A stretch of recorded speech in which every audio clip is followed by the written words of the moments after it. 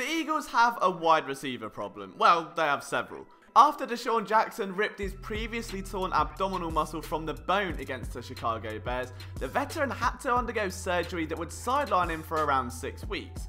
Jackson hadn't played a single snap after his 150-yard breakout in week 1 until that moment, and now the pressure is mounting on a group that has been massively underwhelming to carry the Eagles deep into the second half of the season.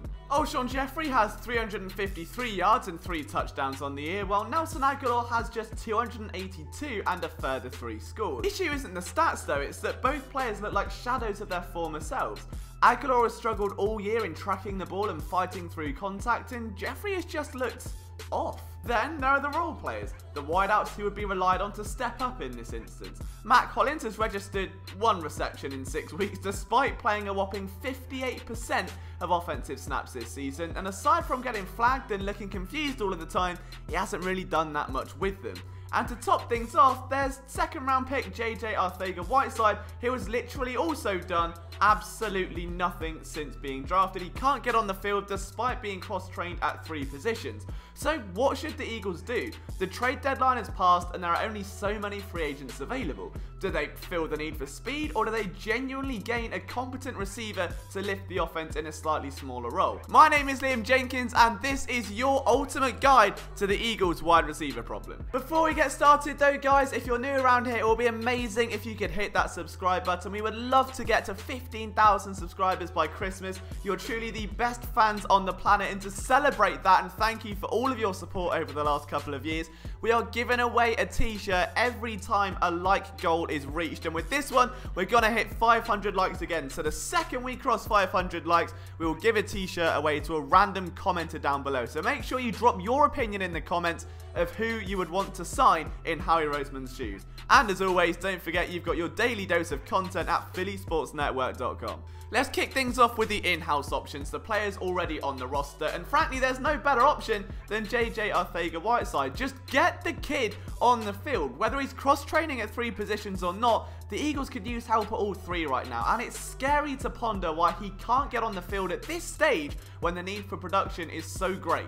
Jay Jaw, drafted in the second round of this year's draft, averaged 16.8 yards per reception on 63 catches last year for Stanford, notching over 1,000 yards and 14 touchdowns.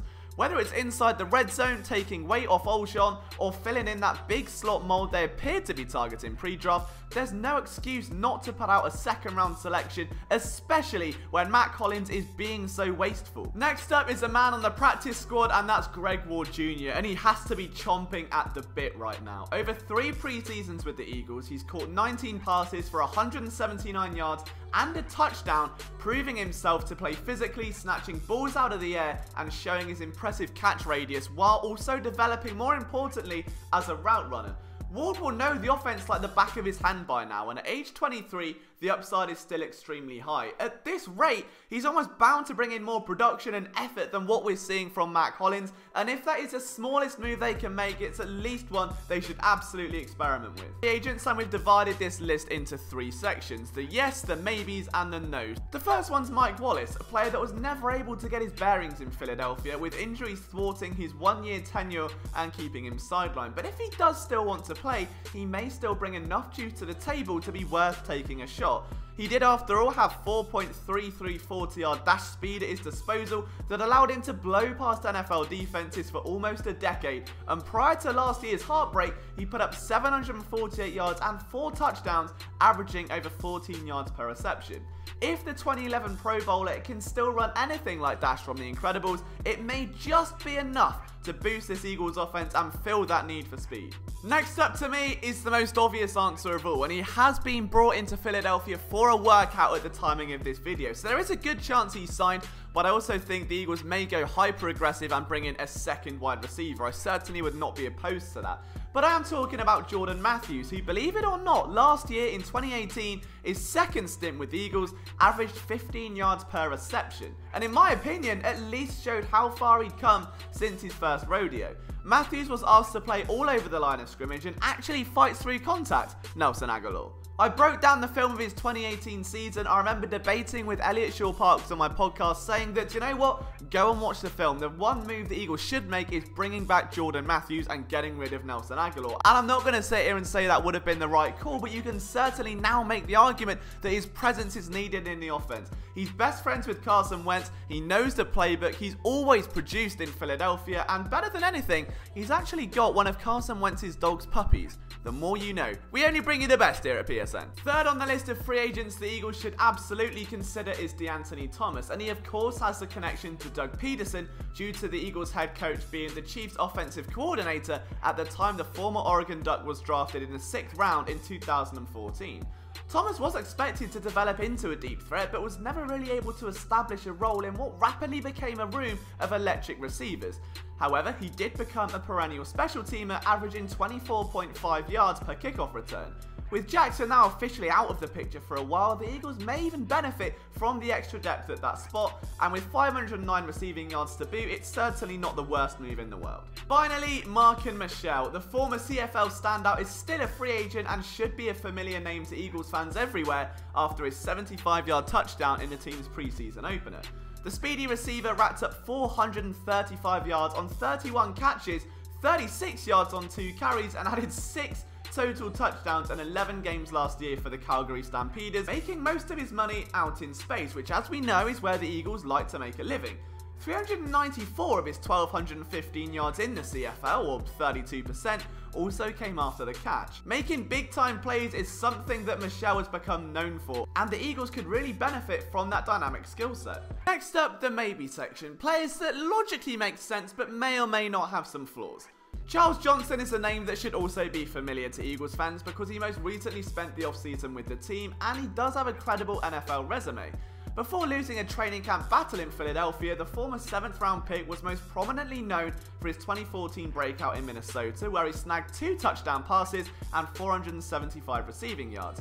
He stayed with the Vikings for 3 years, but the injury bug started to bite, which led to the 6'2", 216-pound receiver taking a shot at the Alliance of American Football, where as we now know, he stole the show. He's 30 years old, but during his time in Philadelphia, after overcoming some early drops and setbacks, he did start to thrive as a slot receiver, and bringing him in would enable Nelson Agholor to get outside and push Mack Hollins off the field. It wouldn't magically solve everything, but it's cheap, cheerful, and I do think Johnson, even at 30 years old, has some yards after the catch potential. Secondly, Michael Floyd. The Eagles know this wide receiver well after practicing with him and playing against him in the preseason, but he wasn't picked up after being cut by the Ravens, which is a slight concern. The former 1st round pick was once primed to be one of the best in the league before DUIs, substance abuse policy violations, and a lack of consistency caught up with him. Philly has been well known for becoming a forgiving city for those who want to work and earn back the respect from those that lost it from, but does that mean the man with 3,959 career yards still has some gas in the tank? Next up is ALDRICK Robinson, a veteran with a 4.43 40-yard dash time. Robinson has 86 catches for 1,422 yards and 14 scores during his career, but he's never found a consistent home since being drafted in 2011, although his skill set is one that fits what the Eagles crave, and it would again take some strain off Mack Hollins, who is having to perform as wide receiver too. Robinson may not be the most prolific receiver available or the most reliable, but the skill set is the exact niche they're losing from DeSean Jackson, and it may be just enough to at least negate his loss. J.J. Nelson is a name I've heard floating about ever since the DeSean Jackson news, and with good reason. The 5'10", 160-pound wideout has 1,475 receiving yards in 58 games with 16 starts, but after undergoing ankle surgery this offseason, Nelson hasn't been at 100%. Especially in a Raiders locker room that had just lost Antonio Brown, you'd think if there's ever gonna be a spot for Nelson to thrive, that would be it. But unfortunately it wasn't. Despite a strong summer, he was cut from the team after catching 4 passes for 36 yards and a touchdown in 2 games. If he's closer to 100% than he was earlier in the season, then it's worth giving him a call, but the former UAB product may not be the blazer that he used to be, if you pardon the pun. Finally on this list is PIERRE, a name that Eagles fans will also know all too well, but for very different reasons. He used to be an absolute pain in the rear whenever the Eagles came up against him, but now he's 33 and chronic knee injuries have held him back, especially during his time at San Francisco. He's no longer that physical receiver that he used to be, but he does have a plethora of experience, and it may be worth at least just putting the feelers out to see where he is in terms of health and just how much gas he does have left in the tank. Now onto my list of absolute no's, so please buckle up if you've got a receiver on this list. Let's have a discussion about it. We're gonna start with the best in the business, Antonio Brown. Do you know what? He may be the best in the world, but the Eagles have endured 2 weeks of Jersey Shore level drama. And you know what? The last thing you need when you've just woke up hungover is someone banging next door with loud music or putting up a new shelf, and that's what unfortunately Antonio Brown would be. He's forced his way out of Pittsburgh, then one of the biggest contracts in NFL history, and even New England didn't want anything to do with him. If the Eagles passed on Josh Gordon, it's very hard to see why they'd want to take a risk on Antonio Brown, who frankly at this stage I think just needs some time away from football to find himself, get some support mentally away from the field, and get his life back in the right direction. Secondly, Michael Crabtree. He's 32 and hasn't been able to prove he's worth the big bucks for quite some time now, and that's reflected by the fact that the household name is still without a team. However, he does have big play potential and plenty of experience with over 7,000 yards and 54 touchdowns to his name, so who knows? But with the receivers aforementioned on this list, I just think you're going to get a bit more reliability out of a guy like Jordan Matthews, and that's what this team needs. It doesn't need a has-been star. It doesn't need someone that was great 5 years ago. It needs someone that can at least shoulder the burden of this offense, and I don't think Crabtree can do it. And finally, Kelvin Benjamin. The former first-round pick tore his ACL after an incredible opening 2 years in Carolina and was just never the same.